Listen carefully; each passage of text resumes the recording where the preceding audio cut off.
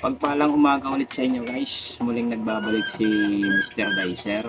So ngayong araw guys, meron po tayong customer. Bibili po siya ng pabo na ganito. Yung binili niya, dahil 7 piraso lang yung ganito, inubos na niya, pinakyaw na niya lahat. So binigyan natin siya ng discount kasi malayo pa yung pinanggalingan niya. Galing pa siya ng Ulita, Leyte. So, kaway-kaway mga taga-Ulita. Kumusta po kayo? Sana ay maganda yung gising nyo. So ngayon guys, dahil malayo po yung pinanggalingan nila at saka natatakot silang pumunta ng Tacloban kasi baka sila mahuli ng checkpoint. Ngayon guys, i-meet up na lang natin sila para mas madali. Meet up po natin ay nasa Palo Cathedral. Kaway-kaway mga taga-Palo. Kami dyan. Doon na naman meet up. So guys, yun, abangan nyo yung bisita natin. Kasama natin siya sa vlog natin. So, kita-kits guys. Yun guys, ito. Na-prepare ko na rin. Yung dadalhin natin. Yung box natin. So, ready na tayong malis.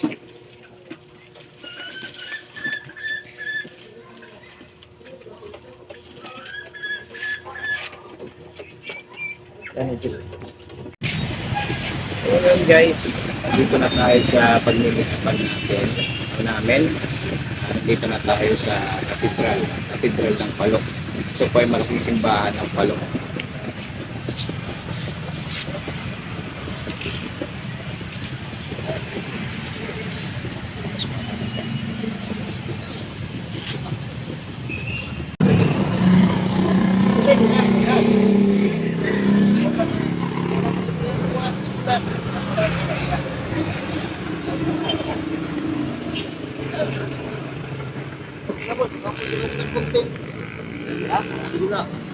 Guys, ito na pala yung inantay natin galing ulit sa.